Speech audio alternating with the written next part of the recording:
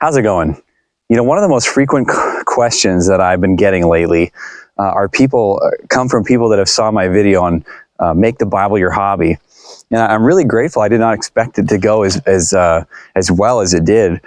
But one of the most common questions that people asked me were they were saying things along the lines of, you know, I'm so excited, I'm so motivated to do this, to make the Bible my hobby.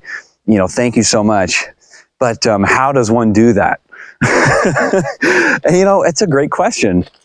But there's something in particular that I want to focus on, which is one question or comment in particular. And so this video really is going to have two parts to it. The first part is addressing an issue that I think is more significant, at least beneficial to you, if you're trying to make the Bible your hobby, versus just giving you, you know, because what I'm trying to say is I could just give you my tips on what I recommend you do. You know, do this, do this. And I've done videos like that in the past. But I think that there's an element that a lot of us are missing, and I know that for sure I have lacked in the past, an element to getting more serious about Bible study that I think oftentimes gets overlooked. So anyway, back to the question that this person asked me, and he said that, you know, he watched my video, and he said something which I thought was very profound, which is he said that that's really good and it's really great, you know, to make the Bible your hobby, and he doesn't disparage that, but he said that it's not as easy as I made it sound. And that he said that he's come from for him, for example, he has tried multiple times to actually get into Bible study, to get more serious. But every time he tried, he could never do it. He said no matter how much he tried to be interested in the subject, he just couldn't do it. And he just said, his concluding remark was, I really admire you. Basically, I admire the fact that you're motivating people to do this, but it's not as easy as you make it sound. Now, I actually think that's a very insightful comment. And what makes it so interesting, and I think so powerful, is the fact that I think he's dead on. He's totally right. Now, it's true that there are some people that could find their Bible study more, some might gravitate more towards that and get into it easier than others. And that could be for multiple reasons.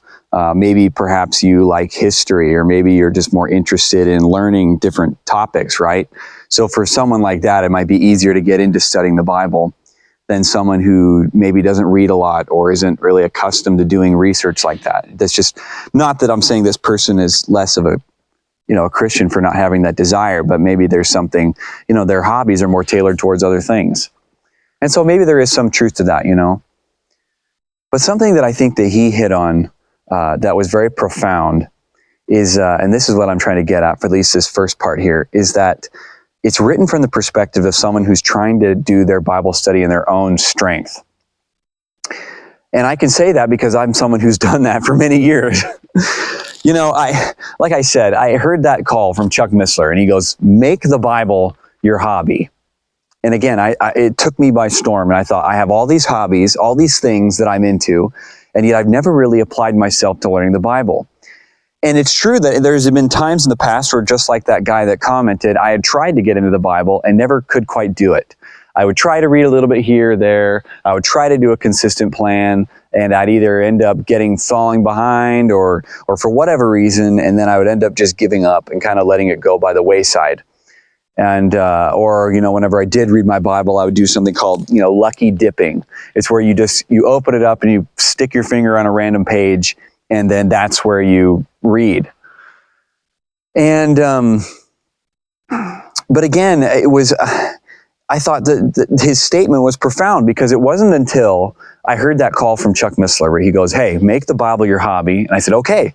And he goes, it'll transform your life. I was like, I'd like to see a transformation. Let's do it. And it was at that moment, and it's something that I didn't say in the previous video, but I prayed and I asked the Lord to change my heart and to open up my desire, my love for him, to be able to have a desire for studying God's word. And it was in that moment that something profoundly shifted in my thinking. And it no longer became an obligation out of duty, right, where I'm just checking boxes, but it became a relationship. And it wasn't natural at first. Even though I prayed, it wasn't like a divine revelation came down on me and I suddenly was a new being as far as, you know, my desire to study his word. But no, I prayed to the Lord, said, Lord, please help me, you know, open my heart to have a desire for your word. And then I followed it up by acting on it. I started reading. And it was at that point that's when the transformation progressively began to take place. And you know what I found? I wasn't reading very fast. I wasn't reading a lot. But what I tried to do is read consistently. And as I found, as I walked, took a step by faith, right? I asked the Lord to do it, and I took a step by faith. And guess what? God honored that. And I truly, genuinely believe that he would do the same for you.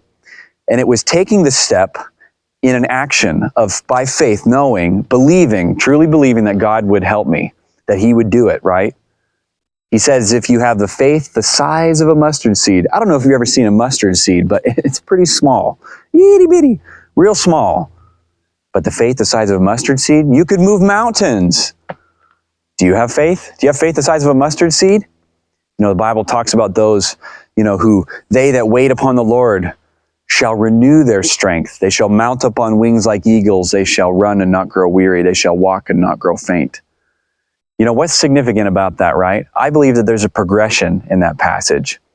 Mount up on wings like eagles. You start, you go strong, you're flying. Run and not grow weary. There's a progression. Now you slow down, you're running, you're not flying anymore. They shall walk and not grow faint.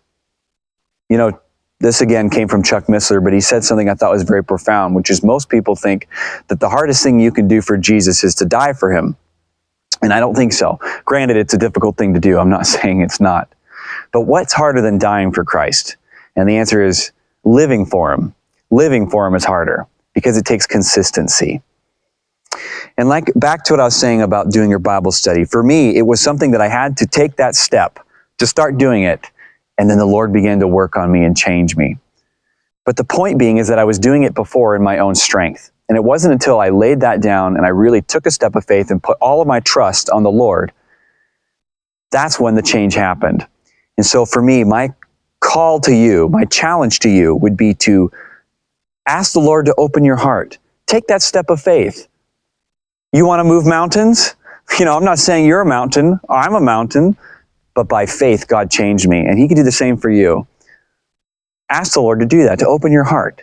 In Psalm 119, he prays again and again, Lord, give me a love for your word. Give me a desire, a longing to study your word.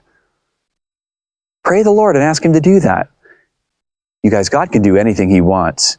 And here's the deal too, because I know a lot of people that have done this, where it at least appeared to be so, where they tried to get into it, right? And they did it in their own strength. And I can say this again, from my own perspective, I did it. How many times have I tried to do it in my own strength and failed? The problem is, if you try to do something, if you build something in your own strength, you also have to preserve it in your own strength. Versus if God builds it, hey, if God's behind it, if God's building it, it's easy. You don't even have to worry about it. It doesn't matter what it is. I'm talking about Bible study, but it could be anything. It could be your church. You're planning a church. Hey, if God builds it, don't have to worry about it. You do your best, but God will do the rest. Okay? Same thing. It doesn't matter what it is. If you give it to God, unless the Lord builds the house, they labor in vain, they who build it. Unless the Lord guards the city, the watchman watches in vain. What's the point? The point is, if God's not behind it, if you're trying to do it in your own strength, then it's always going to be an uphill battle. I'm not saying there aren't challenges as a Christian. Of course there are. We all go through struggles. We all go through trials. But would you rather go through it in your own strength, or would you rather wait upon the Lord so he can renew your strength? So that's what I want to give you the challenge of. If you're struggling in this, you want to make the Bible your hobby, this is the most important thing that you can do. Seek the Lord. Ask him for help. Say, Lord, I would love to have a deeper relationship with you. You see, that's the difference. You don't want to be someone who's just reading for the sake of reading. The point is to read his word because you want a relationship. He desires a relationship, not just religious devotion in the sense of it's just checking boxes like you're trying to go through the motions. The point is he wants a relationship with you. And that's the whole reason why you do it. It's not out of legalism that you're going, I have to read this much today. Okay? The point being is you want to work. You want to change your heart to be able to have a relationship with God.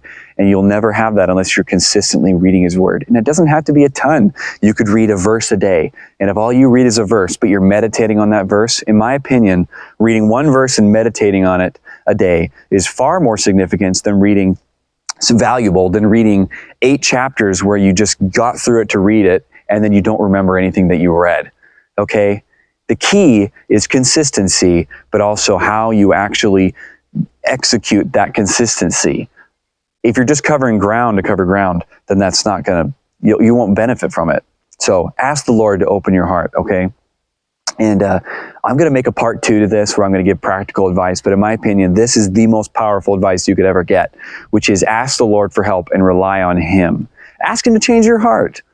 That's where the real change happens. And until that happens, I don't think there'll ever be a significant breakthrough, or at least a breakthrough with that offers so much more than just, you know, now you're in a routine, right? The breakthrough of lasting significance.